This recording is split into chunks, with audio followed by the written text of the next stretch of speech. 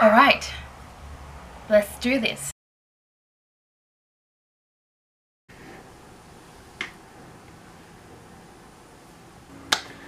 Hey guys, so it is officially 2 weeks now that we've had Bella. Actually, she'll be 2 weeks in about an hour. I tried to shoot this about a couple of days ago. As you can see, it's a brand new day. So much has happened since, but I really want to get this video up. Okay, so let's do this real quick. I think I'm going to start from the beginning because I don't really remember what I said the other day.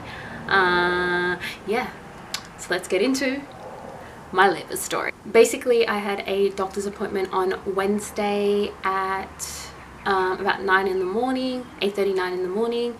I went, I got a stretch and sweep. If you know what it means, great. If you don't Google it. In saying that, I said that last time on my Instagram, and then I had a whole heap of people message me and say, I Googled it. Don't say I didn't warn you, okay? If I cough here and there, it's because I'm a little bit run down, but getting better, all good. Hashtag new mom life.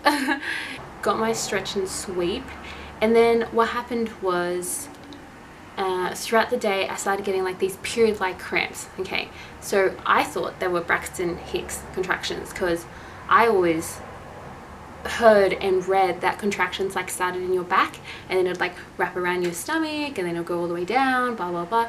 So I just assumed it was Braxton Hicks contractions, or just period cramps. I don't know, I just didn't think they were contractions. Now looking back, they were definitely contractions. And I found out after speaking to my doctor afterwards, my auntie, who's my doctor, she was like, yeah, because your baby was so low, you never would have felt it in your back anyways. So good to know, hence why I'm making this video, so I don't forget these little things.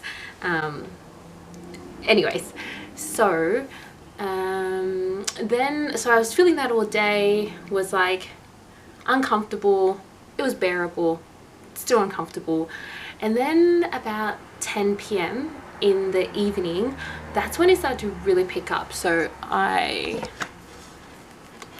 got my contraction timer here. Started timing them. Okay, so I decided to start timing them at 10:44 p.m. And from 10:44 p.m. to 11 p.m. they were coming every 2 to 3 minutes, and they were lasting between 30 seconds to a minute. From 11 till 12 a.m. they were then coming every 3 to 4 minutes and lasting. And then at 3 a.m. I remember waking up Matt and being like, I can't do this, like I need to go to the hospital. And he's like, okay.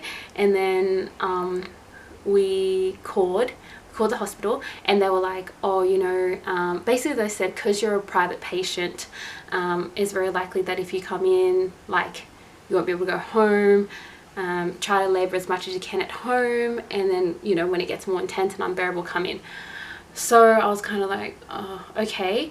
Then from 3 to 4 a.m. they were coming consistently every 2 to 3 minutes, lasting a minute. I remember 3 to 4 a.m. was brutal. Yeah, so brutal. And then 4 a.m. I called them and I said, I'm coming in. And at that time too, my mom heard. She could hear me from our room, and she came out and she was like, is everything okay? Told her, like, I haven't slept all night. I think I'm having contractions. So she was like, okay, let's go to the hospital. And yeah. Anyways, looking back, this is funny. In the moment it was not funny. We drove to the hospital and we parked in the further car park. So I remember having to walk this long hallway to like the front desk and stopping every like 2-3 minutes and going through these contractions. And my mom like telling off Matt, being like, isn't there a closer car park? Like, shouldn't there be a car park at the front or something like that? Anyways, turns out there was. We just never, when we did our doctor's visits, hospital visits, stuff like that, we never went that way, so we never knew about it. So when I went for the workshops and when I went for the tours and stuff like that, I never parked in the front. Turns out there's like a full like 4 or 5 story car park at the front of the hospital that we went to. Once again, something we learned.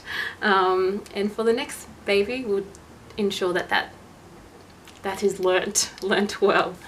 Anyway, so walking down this massive hallway, stopping every 2-3 minutes. And that goes to show how long this hallway was. And going through these contractions. Anyways, went into the birth unit, got admitted in, and basically was, oh my gosh, now see I wish I filmed this earlier because it's starting to get blurry. Went in, got changed, mom helped me get changed, and then I asked for the exercise ball, and I was bouncing on the exercise ball, rolling my hips through the contractions. That helped for about like half an hour or so, and then I tried to like lie over it. That was really uncomfortable. Maybe I wasn't doing it right, but I didn't like that. That lasted for about 2 minutes, 2-3 minutes. And then the doctors wanted to put on, the midwives wanted to put on the straps to check baby, and I had to stay in bed for that. It's like, okay, so I had to stay in bed for that for about 15-20 minutes. My midwife's name was Elizabeth also, which is, what are the chances? But her name was Elizabeth. And anyway, so she took care of me and put the straps on, checked baby. She said baby was good, baby was happy, which is great. And the contractions were really picking up. I went from like moaning and groaning through it to like actual saying like ow, ow, ow, ow throughout all the throughout the contractions. Yeah. Anyways, and then my auntie came in, my doctor came in. I'm gonna like switch between these two words frequently. So if I say my auntie, it's my doctor. Say my doctor, it's my auntie. Yeah. She comes in. So when we go to the hospital, it's about 5. She comes in at around 7-ish. Oh, and before this, my midwife checked me and she said I was 2 centimeters dilated, which was like, really, this is just the beginning. Anyways, when my auntie came in, she checks me again. She's like, so you're still 2 centimeters dilated. Here's my advice to you. You look completely exhausted. So get the epidural, get some rest, and we'll start pushing and have this baby in the afternoon, by the afternoon.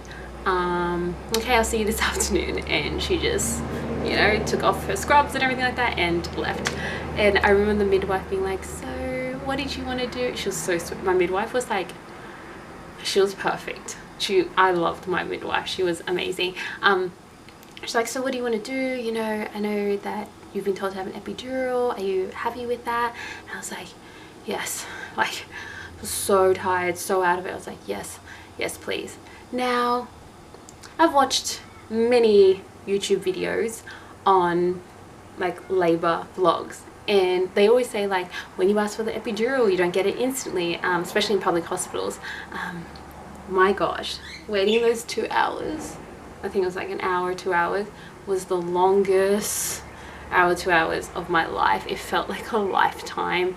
I'm going in and out of contractions. I've gone way past the stage of like groaning and moaning, and I'm just like gripping onto it. Above the bed there's like a bar and you can grip onto it while you're going through your contractions. And I remember gripping so hard that the next day I had like such sore biceps. I'm like, why do my biceps hurt so much? Turns out because I was doing these mad static holds.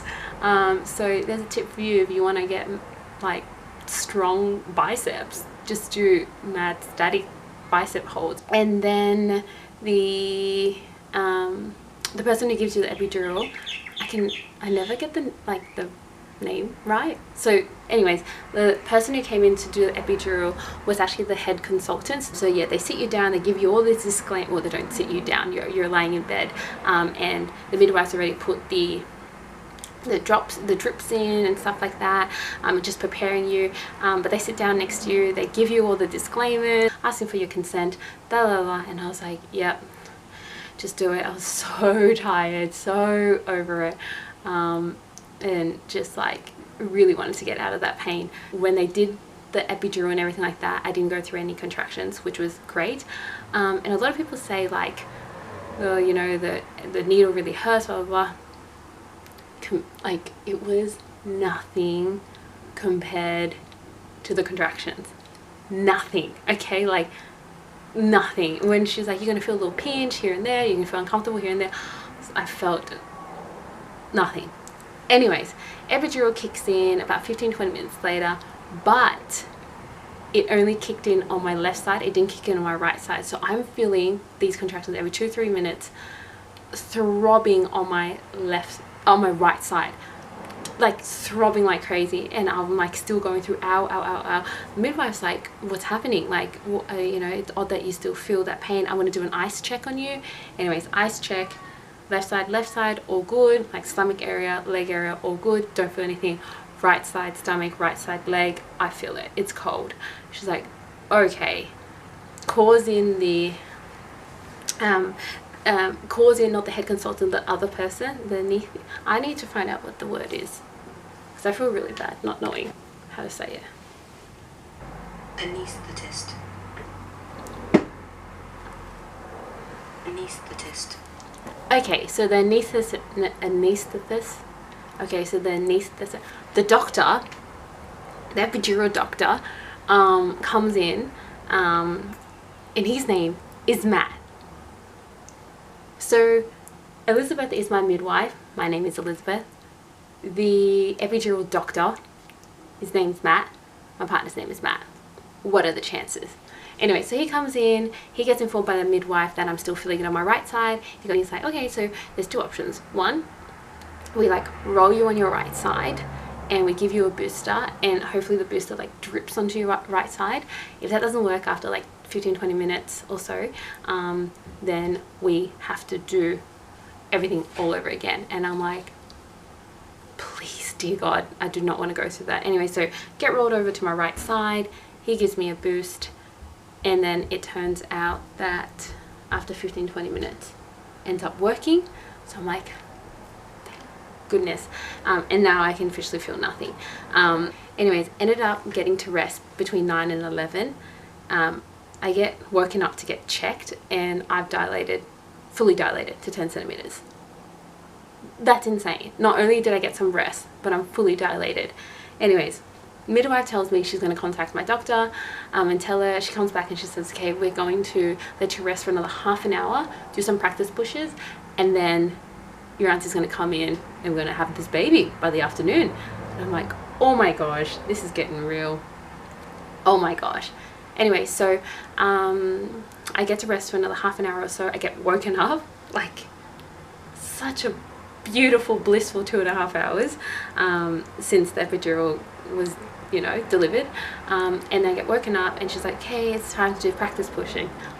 Oh my gosh, like practice pushes with an epidural is so crazy. Like you can't feel anything down there. And the midwife keeps her hand on your stomach to tell you when the contractions, like when you're having contractions, so that you can push through them.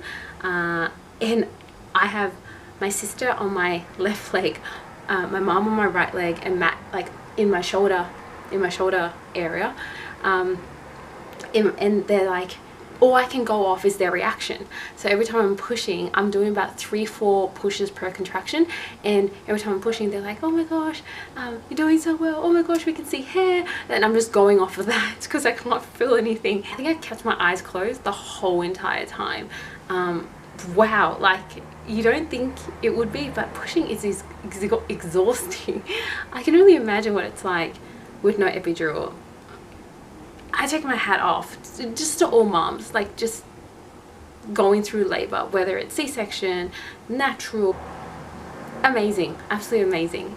So I guess there was a section where there was enough head, where my midwife was satisfied, called my auntie, she comes over, and she's like preparing herself, putting on her gloves and stuff, and she's still watching us do these practice contractions. Anyway, she sits down and she says, all right, I'm going to reposition everyone.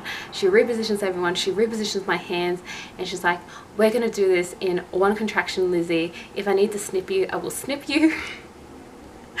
And we're going to have this baby in one contraction, basically. And I'm like, oh, okay, like she was in like boss mode. And anyways, contraction comes on. I get counted in by Elizabeth, my midwife, and first push, everyone's like, oh my gosh, yeah, like, you know, she's coming out. And then the second push, apparently she snips me, you feel nothing. And then the third push, she like, I was told by my sister who got like front view down there, that she like literally goes in, pulls the baby out. And I remember everyone being like, Izzy, she's here, because I was closing my eyes while pushing, so I didn't even see anything. And I opened my eyes and it's just like, she's here, the baby, like just right in front of me. And I was like, oh my gosh. She gets given to me, put on my chest. I start crying. Oh my gosh, I'm gonna start crying.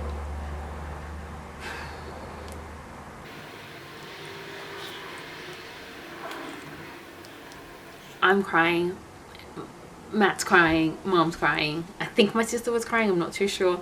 And yeah, Bella Elizabeth Chung was born on the 21st of November 2019 at 12:27 p.m.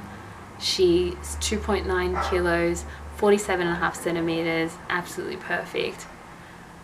And yeah, that's my labour story, and I think I just heard her cry. Anyways, thank you so much for listening to my labour story. If you stuck it out with this long, I take my hat off to you. This is really more so for me to document Bella Elizabeth Chung's life, mum life, the Chung-Le fam life, and yeah. Anyways, I'll see you guys soon, and have a great day. Bye.